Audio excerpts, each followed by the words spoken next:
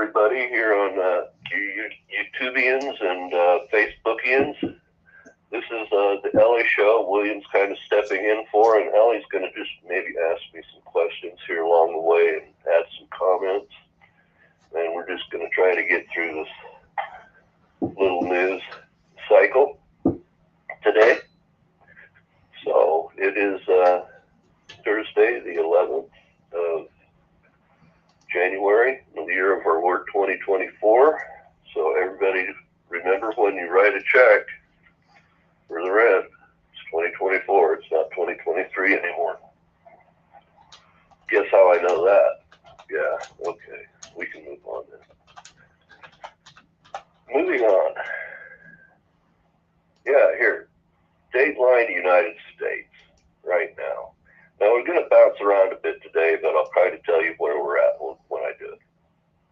So right now, we're at Dateline United States. So there's a report now that coastal cities along the East Coast are getting closer to the water. They've been subsiding and sinking at a startling rate. Very startling rate, according to YNET. They're falling into the ocean at the rate of 5 millimeters a year. So that's like half the thickness of your fingernail. You know, everybody's going to swim. So, yeah. So 5 millimeters. So nobody has to really worry about that right now. At 5 millimeters a year, you won't have to worry for a couple generations. You might get your toes wet. Anyhow, so if you're a real estate agent or want to buy and sell property, don't worry about it. It'll stay high and dry. And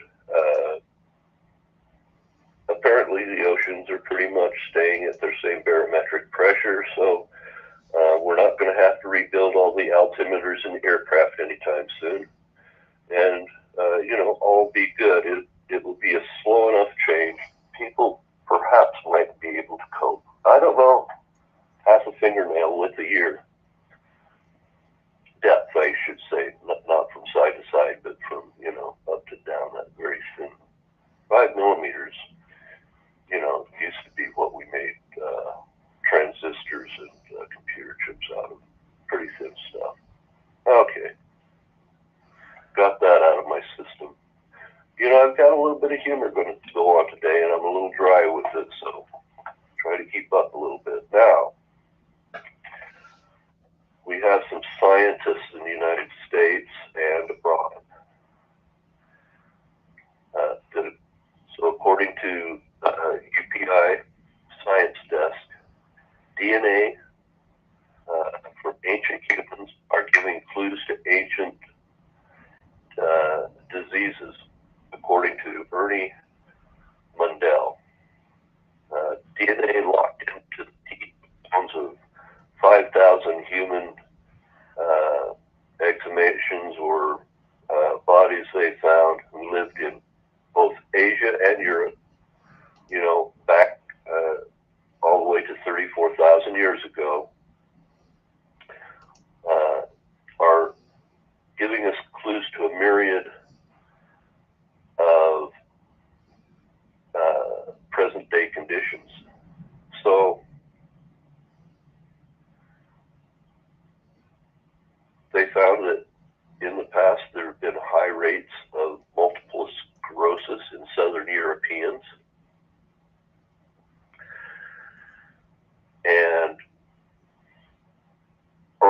multiple sclerosis in Europeans generally, high rates. And in Southern Europeans, they have some of the trace markers that are associated with bipolar disorders. And Europeans had higher rates of type type 2 diabetes and Alzheimer's. Also, very interestingly, early humans could not digest milk. They were lactose intolerant, and so, according to this guy, it may have been a very gassy environment. So, you know, they caused all the climate change back then, apparently. You know, there wasn't no industry, so it wasn't a lot of industry, I should say. I'm sure there was some, you know, making tools and such. Dateline, Mexico. So the Mexican president got his hands slapped by, you know, the globalist bunch. Because it turns out that there's a special type of Mexican, a third gender, called M-U-X-E, Muxe, or Muxie.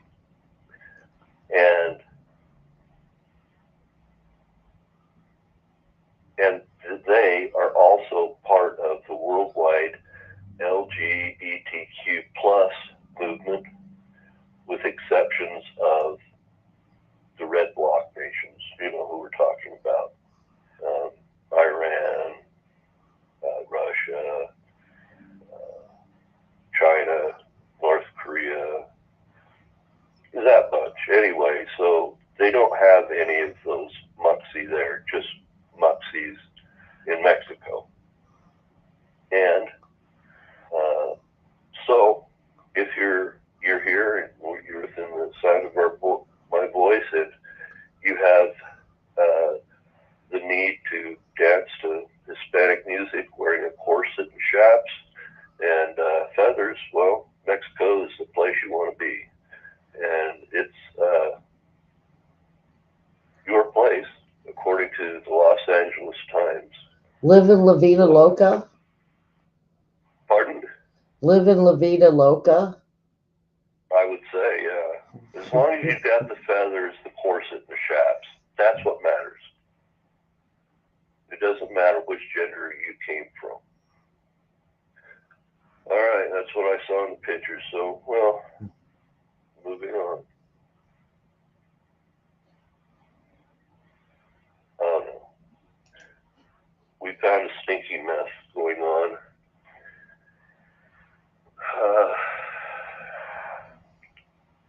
In Brussels.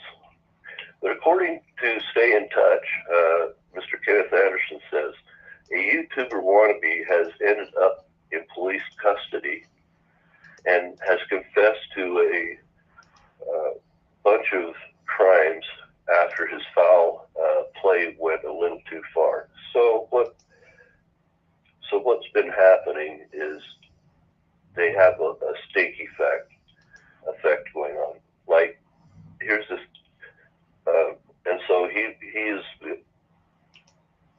they're contemplating causing him to leave Japan altogether. They want him off the islands. And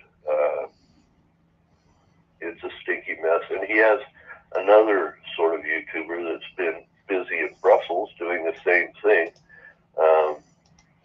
And he's, you know, been making good content apparently, but he's been pouring buckets of food, oil, and feces on unsuspecting victims. What a stinky mess. So China and Brussels has an issue. The man in Brussels that was bagged for this problem, his name is, he calls himself Johnny Somali. Okay.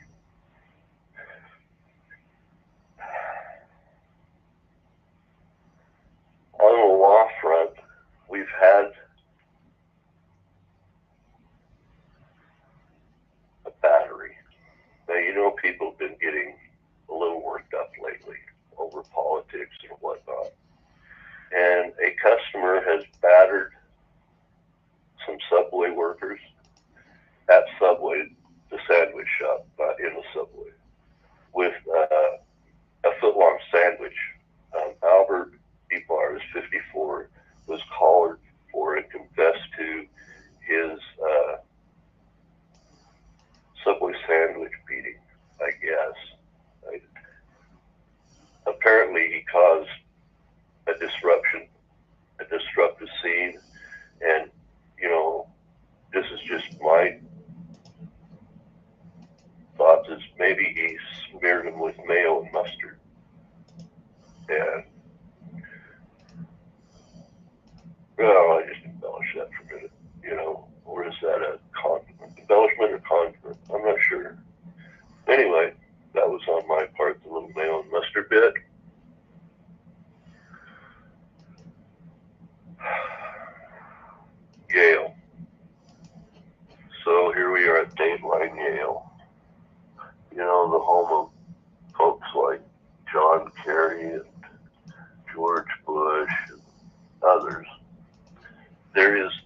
sort of a rebellion going on in secret societies.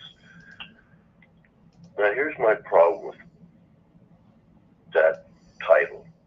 How can you have knowledge of a rebellion in a secret society? So, is it secret?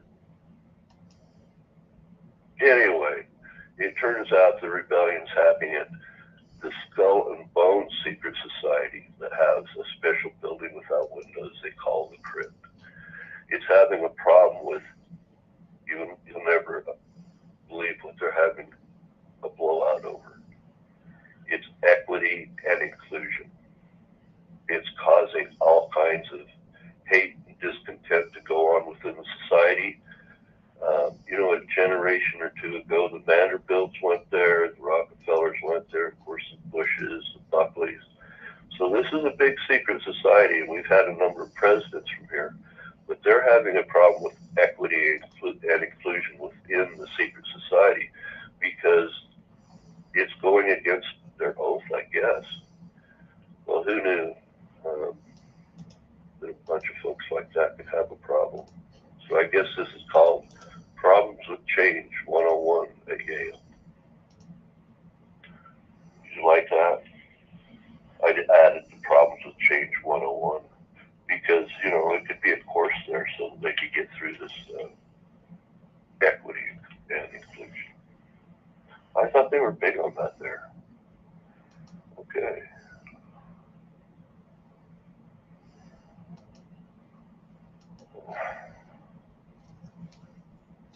So it turns out that the consumer index inflation has jumped to 3.4% for an annual rate. Well, I got news because these guys haven't seen the price of my favorite snack, gummy bears. They're up 10%, and I'm angry about it. So, guys, if you're going to, have a consumer index, add my gummy bears to it, please. Now, William, they said that 23,000 Democrats have changed parties now, and they're considering Trump. Well, if they like gummy bears by the 5-pound bag, I'll bet they are. Because I'm having issues with the 5-pound bags at my shopping center right now. It went up over $1 just last month. Went from 12 to 13.50, and I'm upset about it. That's my sugary snack for the month. Takes me a whole month to go through them, but yeah, that's my snack. And 3.4%. That's just all wrong. That's just sick and wrong.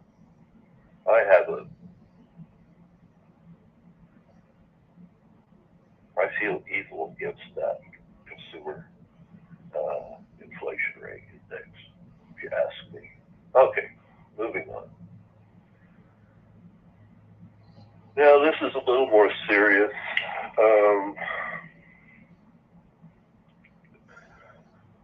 According to the BBC,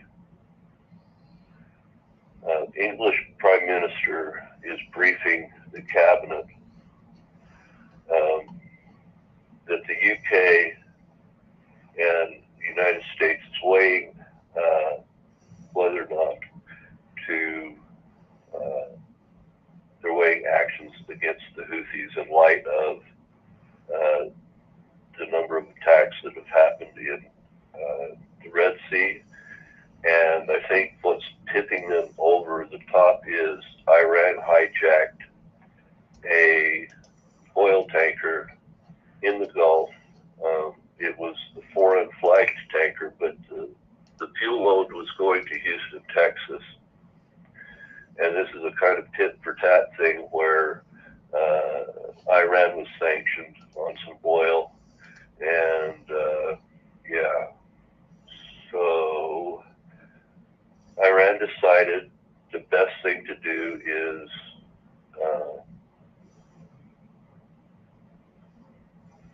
pirate this tanker ship and bring it to its port.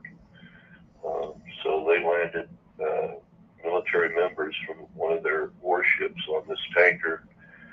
And, you know, Iran should know this is a bad idea, because back in the 80s, they decided to fire on our ships and damage and hijack tankers.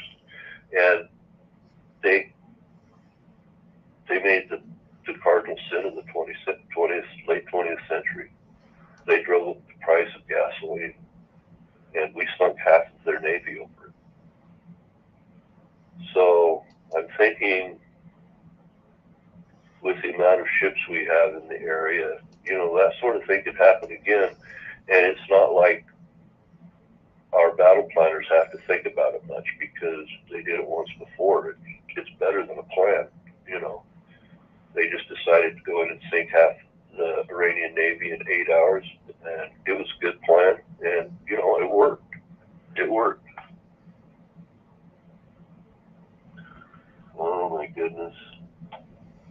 So, Dateline, Georgia, apparently, according to Investigator News 2, District Attorney Fannie Willis improperly hired and had an alleged romantic relationship with a guy that was a prosecutor that became the judge that signed, I guess, the thing to bring. I don't know whether it was for the. They benefited from their relationship. So. Well, yeah, because he signed the papers that started. What do they call that thing where all the people of the county gather together and have a. Anyway. Town hall? Yeah, he did that. And at the same time, you know, they're lovebirds going on vacations together on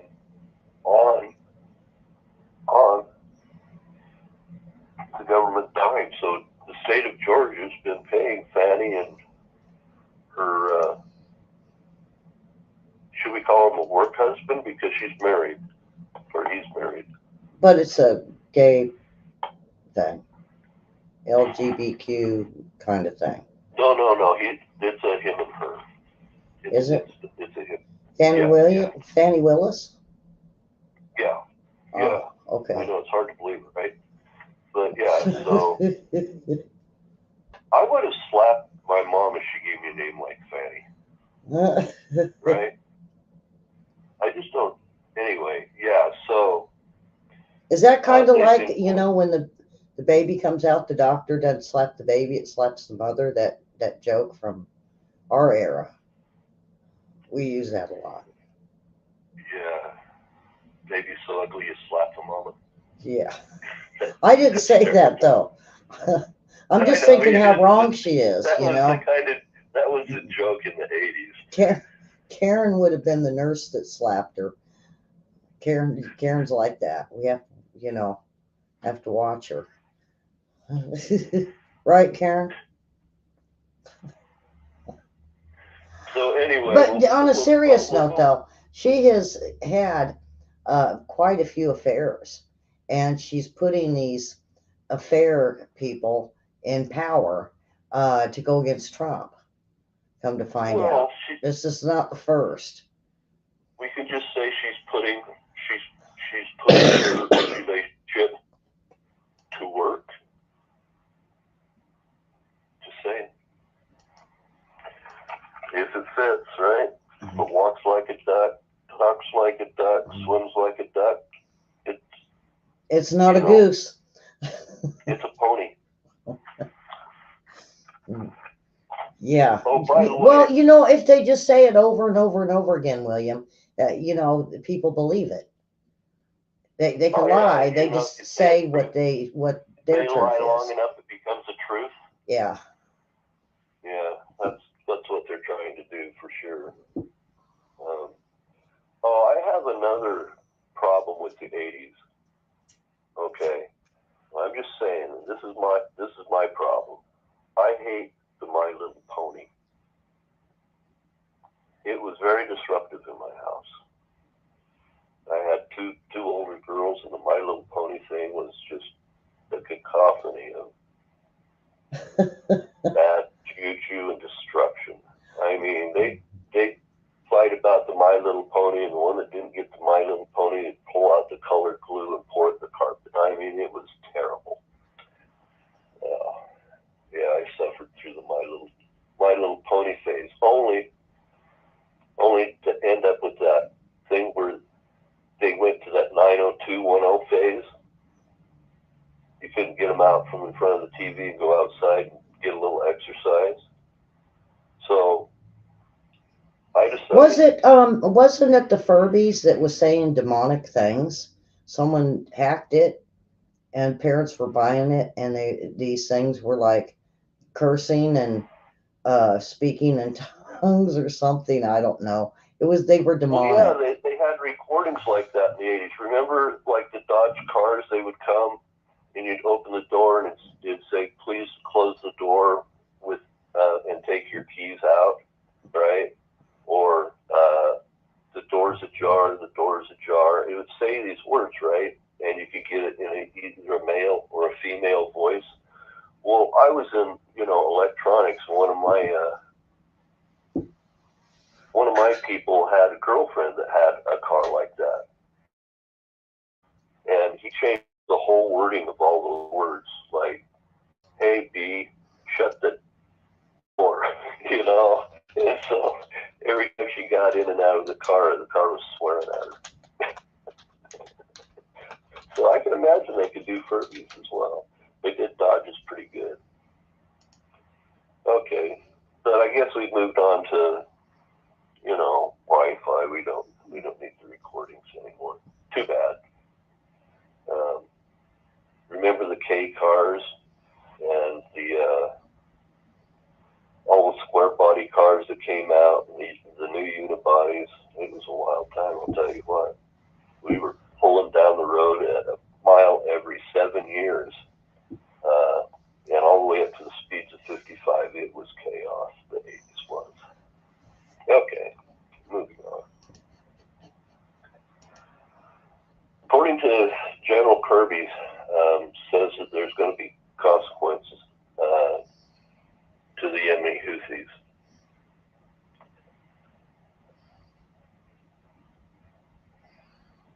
They didn't cease attacks on ours and other shipping in the area around the Red Sea and around Yemen in general. So the Pentagon officials state that the Yemeni-based groups have launched some 27 attacks in the last 2 months. The Houthis, prior a terrorist group, but I believe them to be a terrorist group,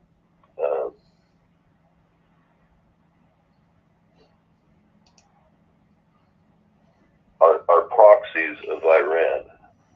And now that Iran has seized a bulk oil tanker and taken it out of international waters and taken the crew hostage and taken it to a port in Iran, that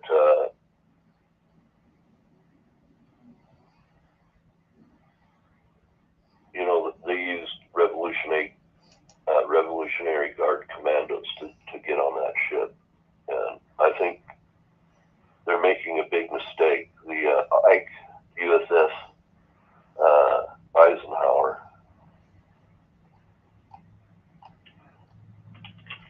aircraft carrier strike group is in the area, the Gulf of Aden nearby.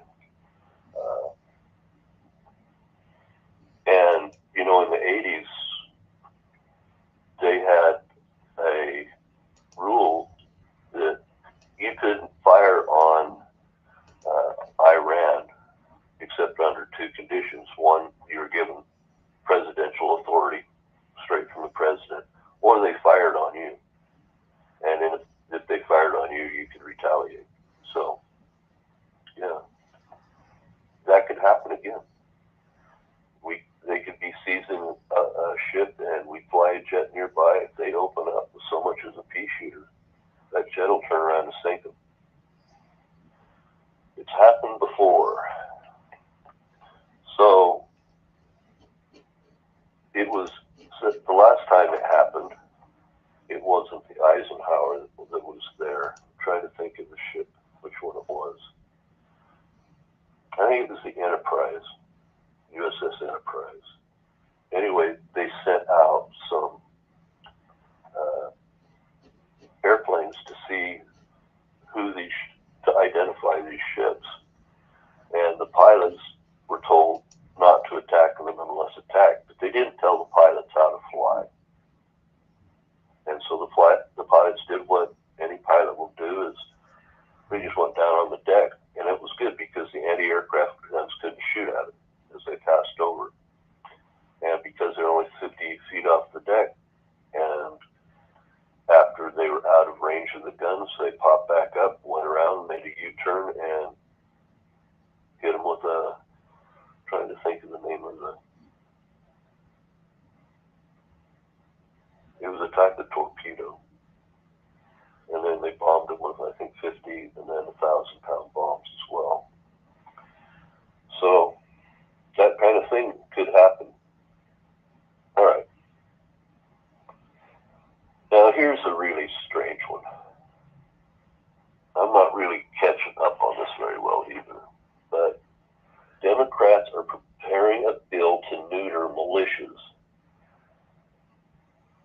Like, down on the southern border, there's militias, and they'll walk the border, and then they'll detain anybody that jumps over the fence or goes through the fence, or whichever, and whether they got bales of cocaine or marijuana or whatever, and then they just call DHS to come and arrest them. They don't try to touch them. They don't try to physically arrest them. They just make them stop and wait.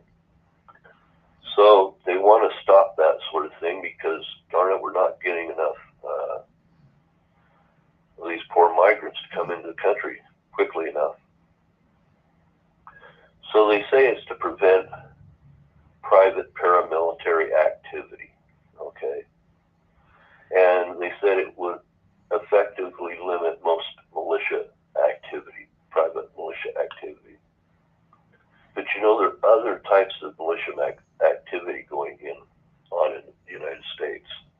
There's things like mercenary groups that are deployed all over the world to different war zones, and also to protect United Nations and also State Department heads as they go throughout the world. That's not done by the Marines. The Marines guard the embassies. Mercs guard individuals as they transit places because they have all the knowledge about local areas. They've been in those areas battling. So that would do away with that. Any mercenary group here in the United States, based in the United States. And that would also wipe out private security here in the United States because it's retired military, right, in a group that protect individuals here in the United States. Even individuals like Bill Gates has his own security detail around his house. That would have to go. That becomes a private paramilitary acting group, right? So he's got to get rid of all the house security. He's got to get rid of his personal security. Same thing with, George. We can't say his last name because he has a "so" in it. And yeah, so they're going to have to fire all those securities people. They might have to, they don't do it right now. They're going to be running afoul of the Democratic Party. And it also would passed for the DOJ to prosecute individuals, private individuals, meaning like Bill Gates, Mr. George, anybody that hires mercenaries in the United States, you know, like the FBI does sometimes, to guard some of their high value, we'll just call them targets of investigation, make sure that nothing happens bad to them before they're arrested, so that you don't waste an entire investigation because something untoward's happened to one of these people. So they'll put private details on them that the individual won't know about it, but they'll hire out for that sort of thing. Because then you'll have local people. You don't have to have somebody come from D.C. or from the state office out to some small town or whatever. Anyway, so yeah. Now, if you're retiring military, they're going to have eyeballs on you, especially if you have guns, because you have both the training and you have a weapon and you're an individual. If you go to the firing range and stand next to somebody, they could call you an acquaintance. So, yeah. So if you're, you know, SEAL Team 6 or something, and you hit retirement, it's going to have to be over. You're going to have to just go home and, I don't know, pickle cucumbers or something that's not involved with your previous job, because the Democrats are having an issue with it. And we've always known that they've had an issue with that, right? And they have an even bigger problem with veterans that train private individuals to protect themselves. And they really have a jaundiced eye towards our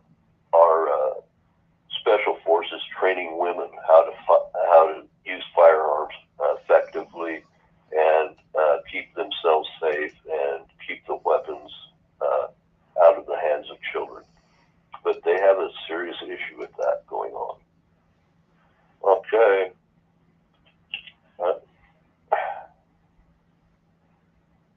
I don't understand what the DOJ is going to do. What pathway do they have that the DOJ doesn't already have a pathway for? You'll have to ask your Democratic congressman, lawmaker.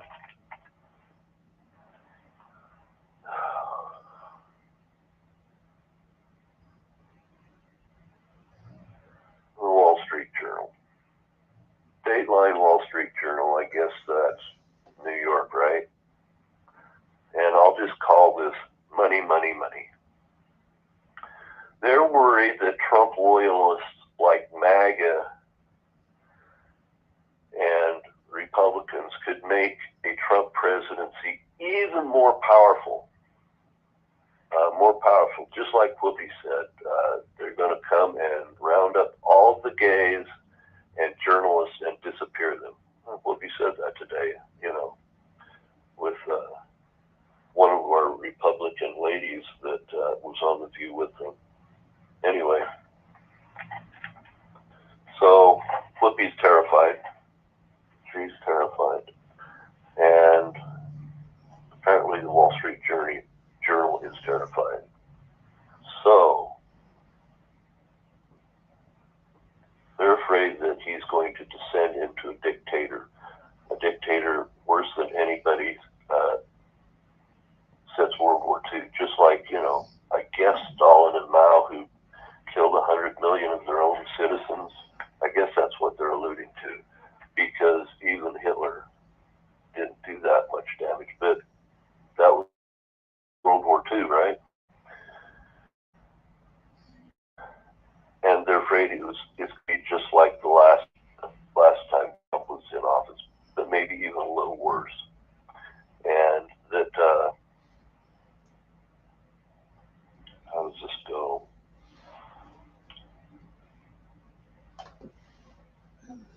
That he will become even, you know, less humorous and more powerful. And they say because Medicare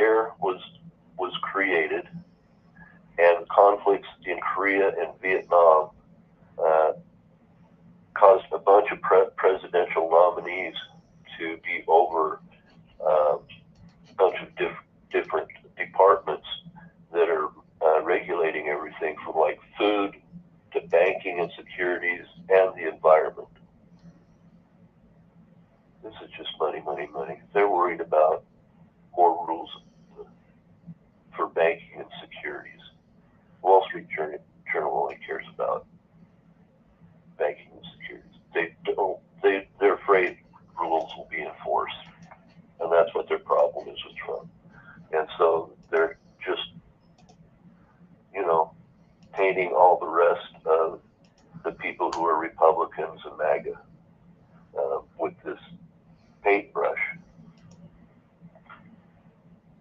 So I'm guessing they're just afraid they won't get as many kickbacks from, friends, from different donors, wars, the whole thing with money. They're afraid they're not going to make as much money. So that's for the Wall Street Journal. Oh my God, this is terrible. There are certain magazines that were super liberal before there was even liberal, right? That have been along forever. One of those magazines is Mother Jones. And there's a guy there that owns, I think he owns Mother Jones, and he writes for it. And his name's Mr. Korn. And he speculates that if Trump is reelected, everything will go wrong.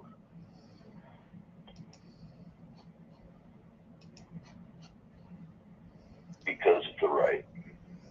So what's everything going to go wrong? Is that like flying monkeys attacking us as we stomp down the yellow brick corn road or something? I don't get it. What's going to change about his first presidency and the second presidency? I mean, we've seen him for what he is. Everybody survived it just fine, made money, in fact. All right, moving on.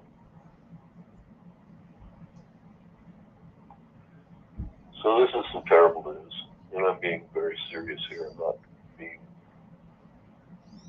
facetious. I'm being serious. We've heard some bad news, and it's serious, really. The judge that's in Trump's civil fraud trial case has been facing bomb threats.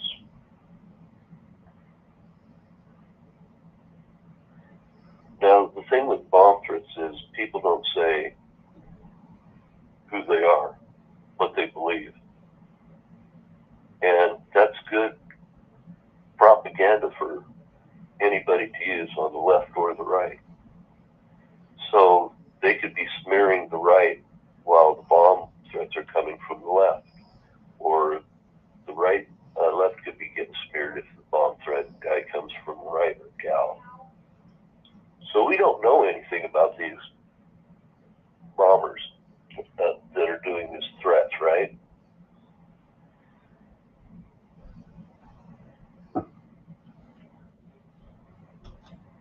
It casts a shadow on all the parties.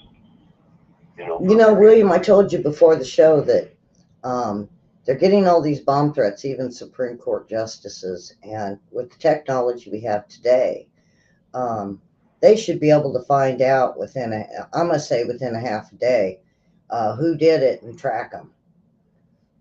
Well, there's ways to make it look like you're in another country. And you can't get that information because those people that do, I think they're FBNs or something like that, they make your IP address untrackable, and they erase it daily. They don't keep records.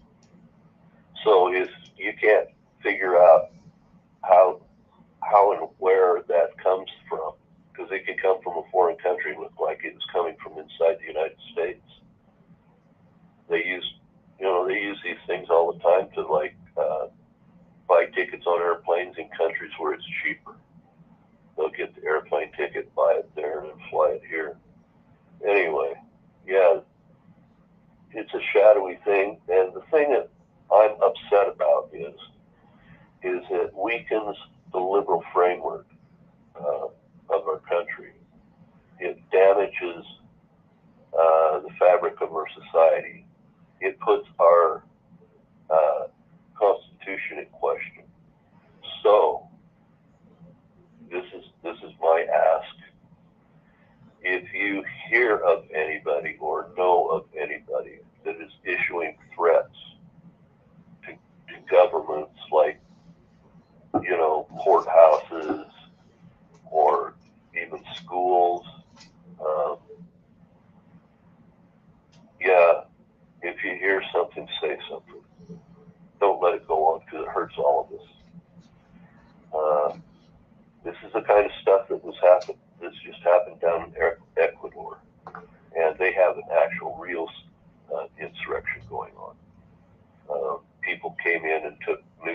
right off the air with AK-47s to the back of their heads.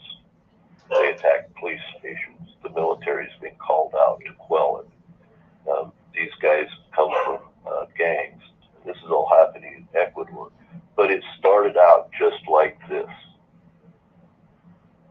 And, you know, I'm not for this particular judge, but I am for the rule of law when it comes to bomb threats. When I was a kid, my father was the chief of police. You guys probably didn't know that. But he was chief of police, or I don't know. And he started out from a patrolman, worked his way up, went to school a little bit. Got his degree in sociology. And finally become chief, and was chief, I think, for 23 years. But when I was a kid, he was, you know, just a patrolman. And he would make people in the community angry. And, you know, in the late 60s and early 70s, if your father was a policeman, it pretty much made you a piglet. You know, they called the cops pigs. And of course, I was a piglet. And we got bomb threats at my house. And it is serious. My whole family had to flee. But sometimes these people that issue bomb threats, right? You leave the house, they come and steal everything you own. So I had to stay in a house that they said was likely cleared of bombs, you know, as much as the fire department can do, and guard the house, right? So Dad would go upstairs, throw me a shotgun, and I would go downstairs. And I had to guard that, all the perimeter of that house all night long, because he had to go to work in the morning.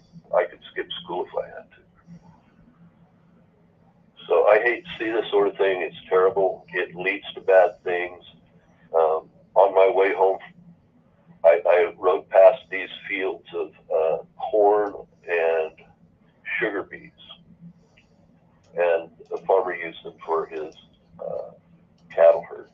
Anyway, I was riding from a trailer park where I had paper route, past these fields, up this hill towards subdivision where I lived. And I got halfway, and my father happened to have gone to the FBI Academy a few weeks earlier. And I was hosed with fully automatic weapons. And I didn't even realize what was happening at the time. I'm riding my bicycle, all of a sudden I have all these hornets and bees screaming around my head, and then it hit me. I can't see any hornets or bees. These aren't hornets and bees, these are bullets. And they were behind me, in front of me. It was a serious hit. And so I had to throw myself down in a mat of puncture weeds and lay flat on this berm as a 12-year-old, just because people get mad at authority. I didn't do anything to this man, but he felt, or woman who decided to hose me out in this field, from the field, because he was mad at my father or the authority of the government or whatever. But I was innocent of all that. I was just, you know, just a kid. So, yeah, we don't like bomb threats anywhere, anytime, for any reason, especially if you're William.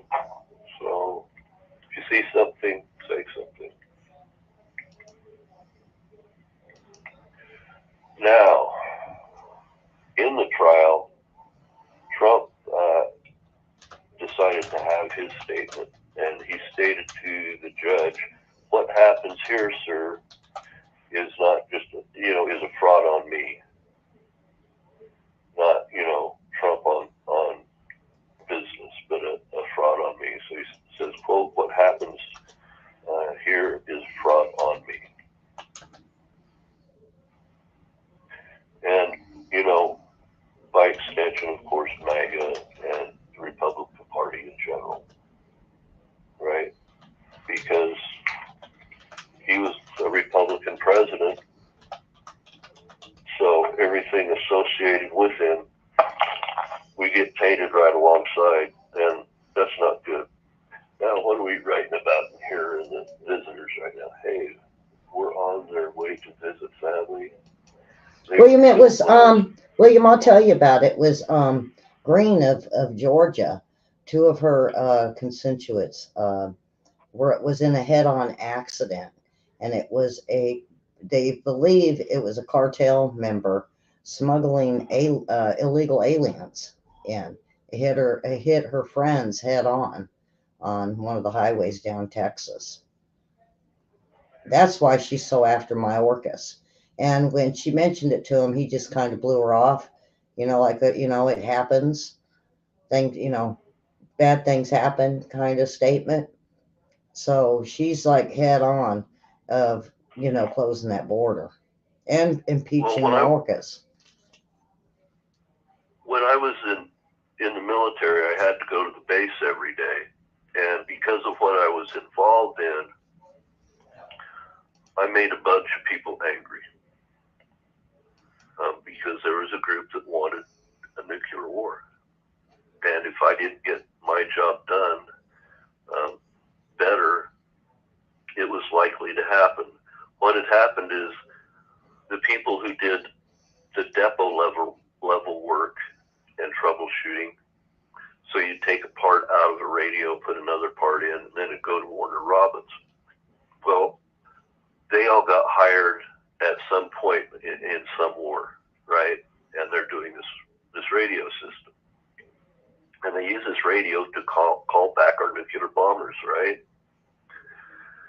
And the system was going down in its effectivity, meaning it was having a mean time between failures that was going down and down. The problem we had was my test equipment had a mean time between failure of about 10 minutes. We had to fix the test equipment to fix the radios. And it put me under a lot of pressure, especially if there's a group that wanted a terrible thing to happen, like a global nuclear war. And then there was another group that are laying in the shadows trying to stop the people from stopping me to drive up the mean time between failure of that system. So I was able to, but I had my first heart attack at 24 over it, though. It was like no joke. And I had people try to hit me with cars, and you could see the sweat just pouring down their faces, like they'd had to do it because they're under threat. They had to head on me, or they had to broadside me. And I was able to avoid it just because I'd learned different tactics in driving, watching my dad go through certain situations when he had to run towards something bad going on in the community. If I was in the car and he got the call because there was only a couple policemen in the community, I was stuck on the ride to the scene. He didn't really even have time to drop me off anywhere. So that was that. And it seems like I was having a hit attempted on me every other day, really, for 4 years. It was a terrible time. But they use cars to take people out. And now that they can control the steering on the cars, if the people aren't very well attentive to what's going on, they can be steered right off the road remotely. And they will use automobiles to take people out. Okay, let's just go on. I'm telling you too much of my history.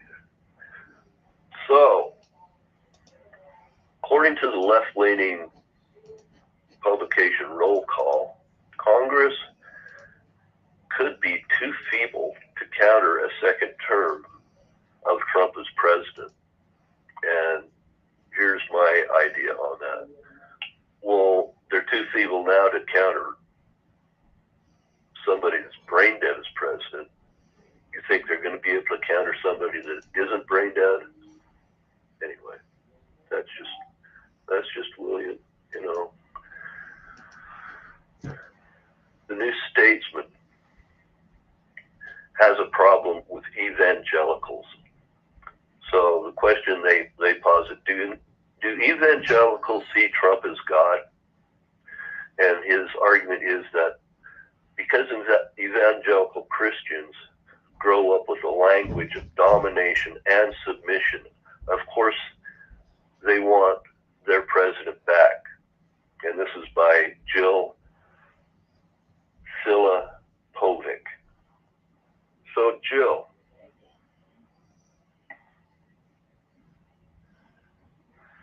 I'm wondering if you come from a place in the world that would be upset because Trump might put, conditions on money going to Ukraine.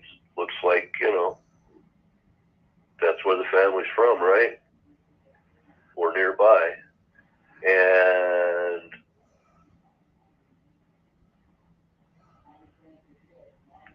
I don't agree with you, because if Trump put conditions on it, like not selling it to third parties, the arms, and forcing the Ukraine to come up with actually a strategic plan, because, tactics don't equal a strategy. You can fight an enemy forever with tactics. If you don't have a strategy, you can't beat them.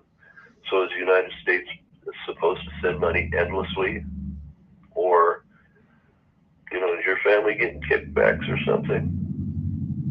I'm saying this just looks fishy with a name like, yours. Okay. So that's just kind of a little thing from Mr. William. Dateline Gaza.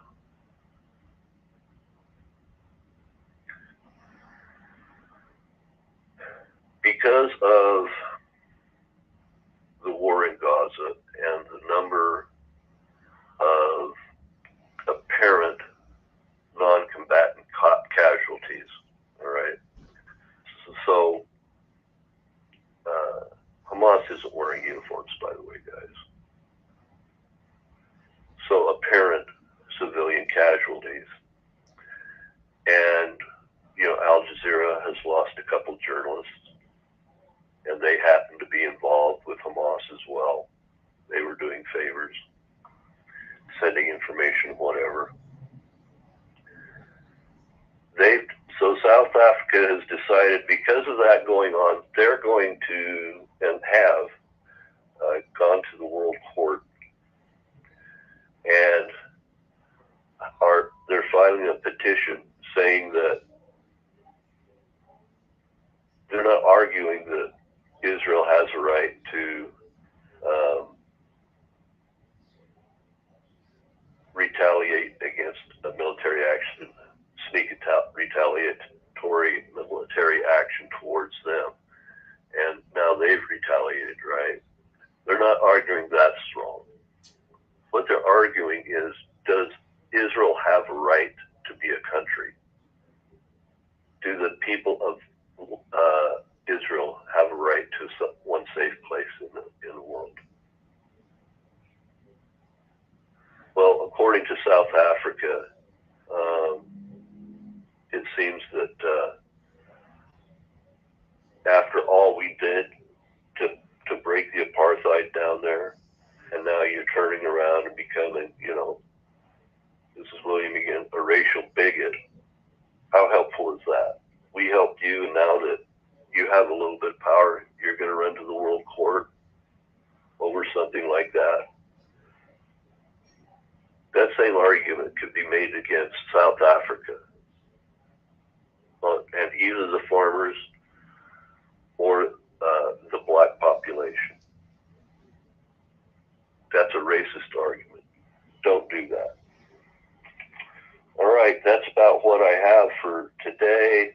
Of course, there's lots of hostilities going on in Ukraine. There's lots of hostilities going on in Gaza, in southern Lebanon.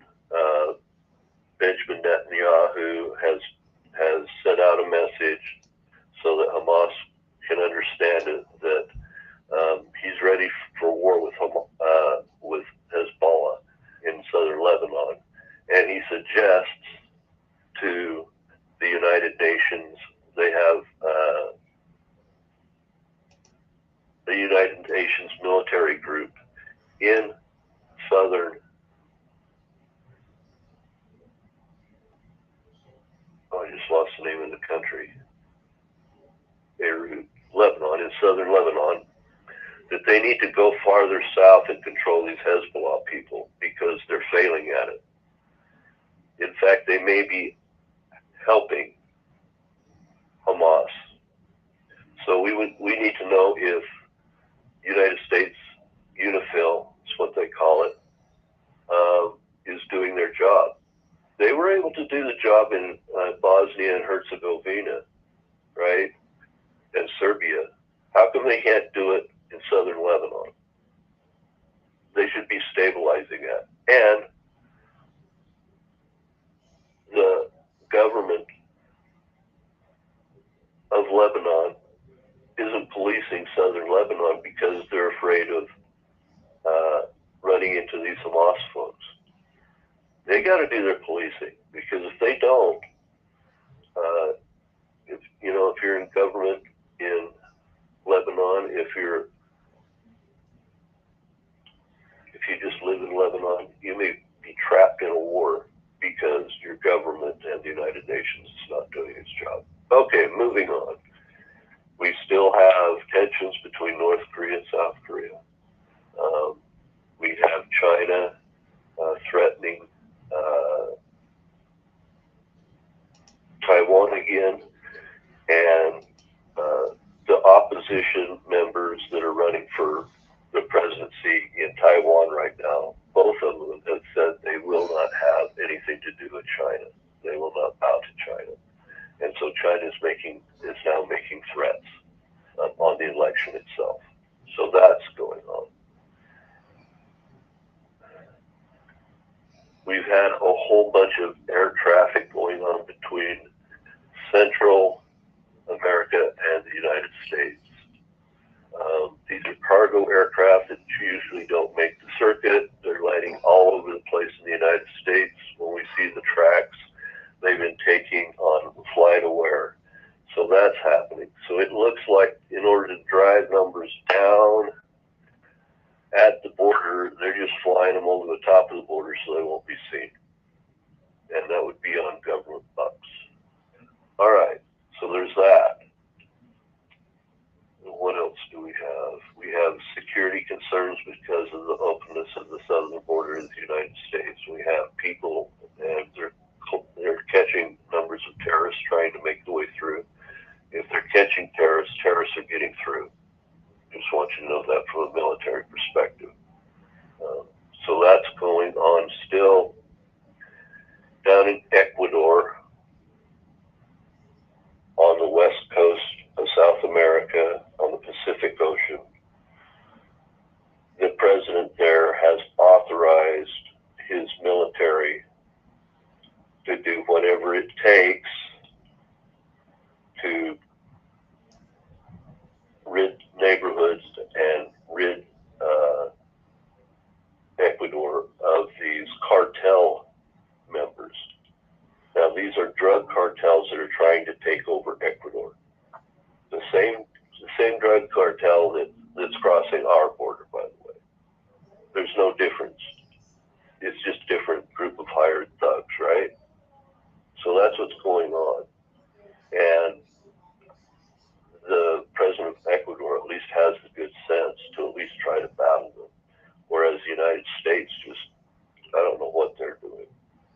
All right.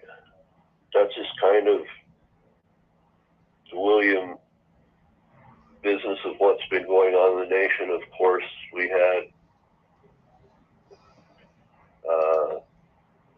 Hunter Biden show up unannounced at a hearing over whether he should be in contempt of Congress because he failed to appear. And at the same time that happened, the next day Joe Biden came out and said that, the Republicans are just cruel. They're cruel. They're turning their eyes towards Hunter, and Hunter's just a boy. And, we're cruel. So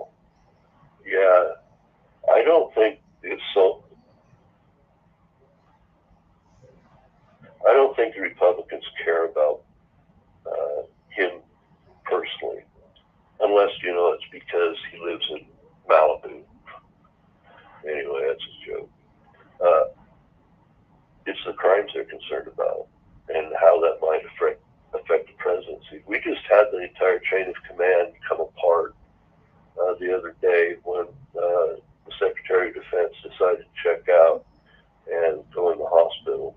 And there are no laws about who he should contact. It's not, maybe not his chiefs of staff. He may have to contact the Joint Chiefs of Staff, but he didn't. And at the same time, they couldn't get the message to guess who? The president, who is on I think it's in the Virgin Islands, perhaps, on his umpteenth vacation there. You know, he's been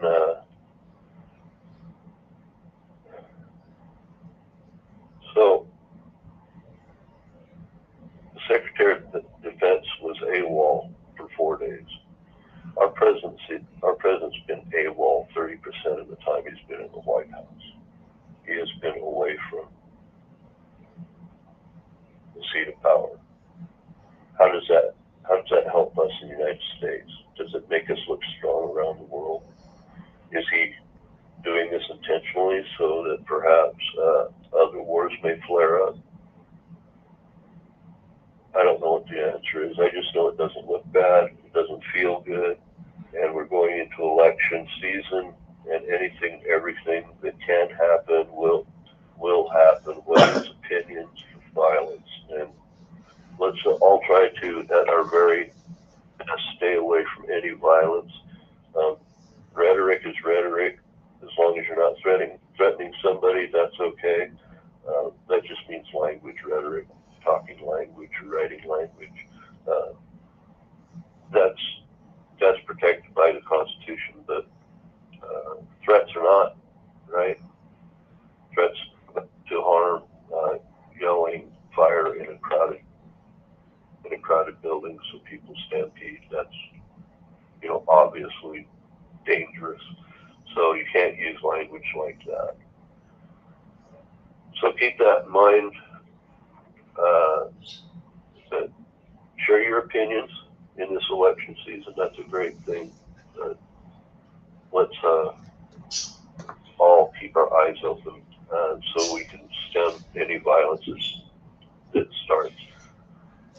When people do big things illegally, they start with little things and it grows, and there's a progression. And if you know people that are on that track, dissuade them from violence, especially during this year. It can't work out well for them, because the spotlight's on the Democrats, the spotlight's on the Republicans. If you get a felony charge during this year, you can expect to do more time than last year. All right, that's just my, personal opinion. Anyway, if you like what we've talked about here, smash that like button and share and be friendly with others. We don't care who hears us, and we're trying to get the truth out the best that we can. And I kind of looked through the news today and had my opinion on what was going on locally and also around our wars, but I didn't go into what was happening in our wars, except for about those attacks on our ships. So, have a good evening. We'll hope to see you tomorrow. I guess same time, same place, right, Ellie? Yep.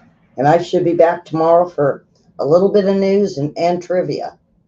So yeah, so you might not even hear me tomorrow.